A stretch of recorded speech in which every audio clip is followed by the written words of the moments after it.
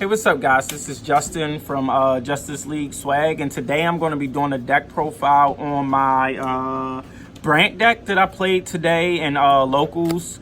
I'm doing the deck profile because I went X1 with it, and somebody actually asked me to do a deck profile on it. So, starting off, trigger lineup. We're playing 4 heals. Staple. You actually drag out the game so long playing this deck that you'll usually heal about 2 to 3 times while your opponent cannot.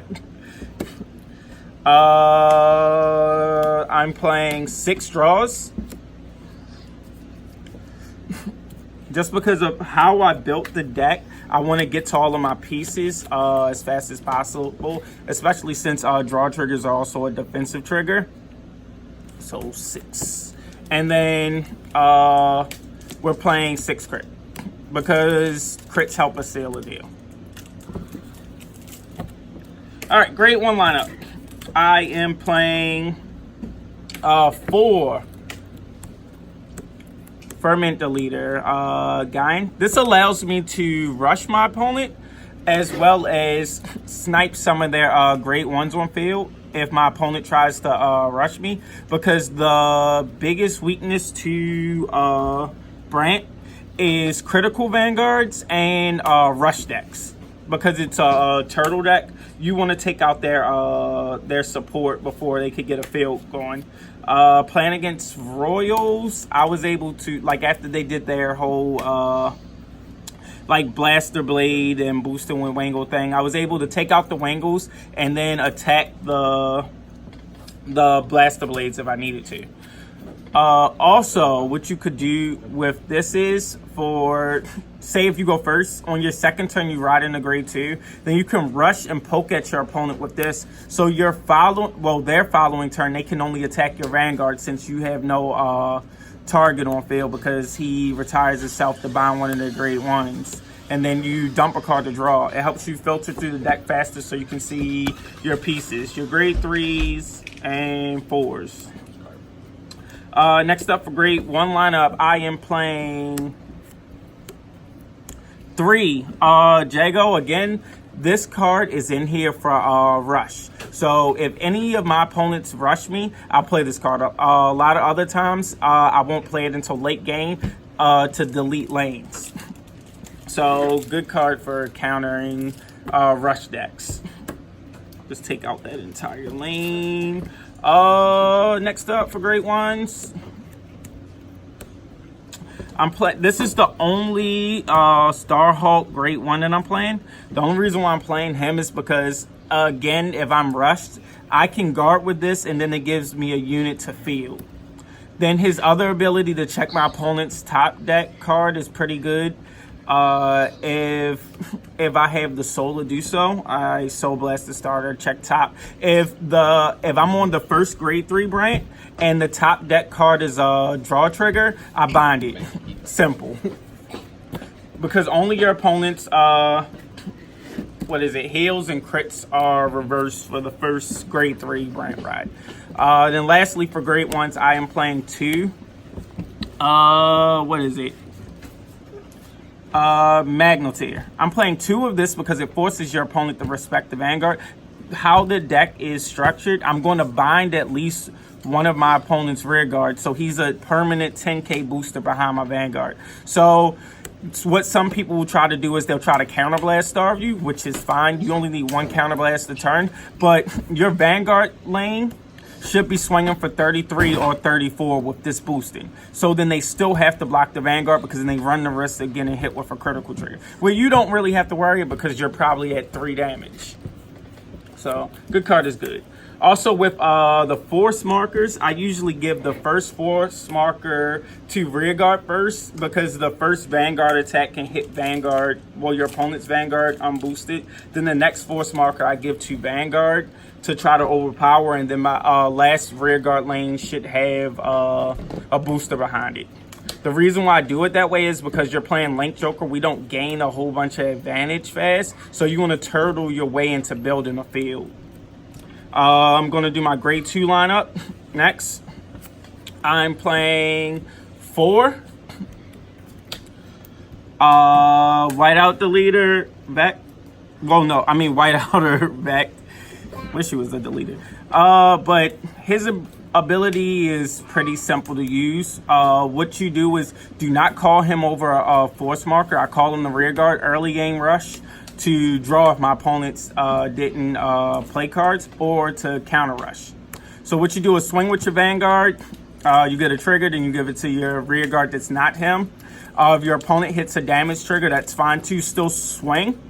If your opponent does not guard now with a trigger, or this can't hit Vanguard, they have to drop a trigger in order for his skill not to go off for you to draw. I use this as early game aggression and to draw. So it forces my opponent to either lose resources on the attack that can't hit, or attack that's poking, like they're dropping a 15k guard on it, or perfect guard. If I'm poking in their grade 2. For what is a 10k attacker. So he's pretty solid. Later in the game, I don't really use it at all, because once I get my 3s and 4s, I don't really need it as much. You probably use it to take out threats if you're playing against Bermuda Triangle, but that's about it. Take out those 3s that they have so much of. Next up is the only grade 2 Starhawk we have. This is probably the best card in the game. It helps overpower your opponent. This is usually the first card I put on the force marker, just because it will be 20k. If you drive check a trigger, you give the power to that. If you drive check a Starhawk, your Vanguard's already Starhawk on your grade 3 turn, it gains plus 10,000 power. It becomes a beat stick on your opponent the entire game unless they attack it. If they attack it, just let it go. It's only 5k guard. And then its interceptability, depending on what my damage is, I'll use his interceptability. If I'm on 3 or 4 and my opponent's swinging with a single critical Vanguard, I do not use his skill. I wait until I'm at 5 damage, because then I can check their top deck. If it's not a critical trigger, I bind it. If it's not a critical or heal, I bind it, because I want to influence their deck to hitting criticals or heals, so I don't have to guard their attacks. Went over that. Then I'm playing 3 Swift Deleter. Yali. I'm playing this because this is your primary target for grade 2 ride. It's on hit pressure, and if your opponent did not counter rush you, when you swing and hit, you get the Soul Blast and draw. So it helps you dig through the deck faster to get the pieces that you want. Sometimes what I'll do, if my opponent did grade 1 rush me, I will play, I'll play Gaian on rear guard, and I'll still ride this. But with the Gaian, I'll swing with Gaian first so I can delete the unit that they rushed me with. So I can filter through my deck with this, and also his on hit is still for me to draw. That's what I try to press for when I swing with a lot of the cards. So even if like this is my ideal ride target, I'll ride this and then play this. Swing with this first if my opponent has rear guards, because if they do not guard it with a trigger, I'm going to bind one of their cards and draw. And if they minus on that and they minus again on this by blocking it, it makes it even easier on your first grade 3 ride to overpower your opponent with Brandt. From then, it's just attritioning.